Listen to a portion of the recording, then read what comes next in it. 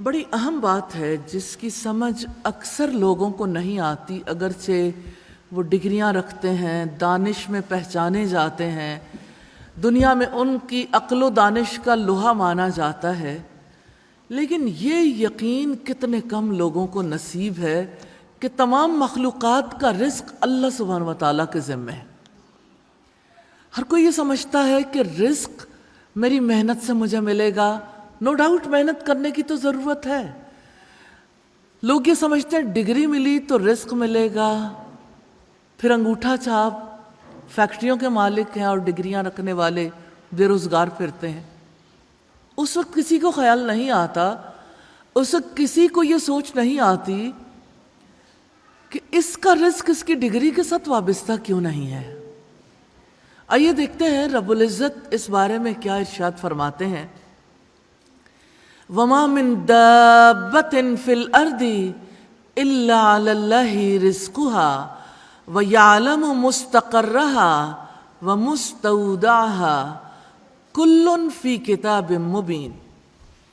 زمین میں چلنے والا کوئی جاندار نہیں مگر اس کا رزق اللہ تعالیٰ کے ذمے ہے، اور وہ اس کے ٹھہرنے کی جگہ کو بھی جانتا ہے اور اس کے سونپے جانے کی جگہ کو بھی۔ سب کچھ ایک واضح کتاب میں ہے۔ ذرا غور کیجئے زمین میں کتنے جاندار بستے ہیں، جانور، پرندے، سمندری مخلوق، ہر کوئی جب صبح ہوتی ہے بھوکا ہوتا ہے۔ ہر کسی کی نیچر مختلف، ہر کسی کا مزاج مختلف، ڈیمانڈ مختلف۔ کوئی ایسا جانور نہیں ہے جس کا رزق اللہ تعالیٰ کے ذمہ نہ ہو۔ ماں کے پیٹ میں پلنے والے بچے کا رزق بھی اللہ سبحانہ و تعالیٰ کے ذمہ ہے۔ اسی طرح زمین کے کونے کونے میں بسنے والے انسانوں کا رزق بھی اللہ تعالیٰ ہی کے ذمہ ہے۔ سیدنا حذیفہ بن اسید سے روایت ہے کہ نبی کریم صلی اللہ علیہ وسلم نے ارشاد فرمایا، 40 یا 45 رات تک نطفہ جب رحم میں ٹھہرتا ہے تو فرشتہ اس پر داخل ہو کے کہتا ہے، اے رب یہ بدبخت ہے یا نیک بخت، پھر انہیں لکھ دیا جاتا ہے۔ پھر کہتا ہے اے رب یہ مذکر ہوگا یا مؤنث، پھر یہ دونوں باتیں لکھ دی جاتی ہیں اور اس کے اعمال و افعال، موت اور اس کا رزق لکھا جاتا ہے۔ پھر صحیفہ لپیٹ دیا جاتا ہے، نہ اس میں زیادتی کی جاتی ہے نہ کمی، یہ تقدیر ہے۔ اللہ سبحانہ و تعالیٰ نے کسی کی پیدائش سے پہلے جب انسان گوشت کی حالت میں نہیں ہوتا، سوچئے نطفے کی حالت سے وہ ابھی جمے میں خون کی صورت میں، تقدیر پہلے سے لکھ دی گئی۔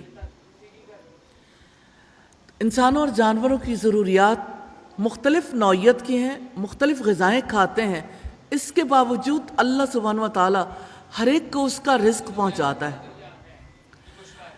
سوال یہ پیدا ہوتا ہے انسان کو یقین کیوں نہیں آتا؟ اس لیے کہ انسان سوچتا نہیں ہے، غور و فکر نہیں کرتا، اس لیے اسے اللہ سبحانہ و تعالیٰ کی قدرت پر یقین نہیں آتا۔ اللہ تعالیٰ جانتا ہے کہ اس نے کس ماں کے پیٹ میں جنم لیا، اللہ تعالیٰ جانتا ہے کہ اس نے کس قبر میں جانا ہے۔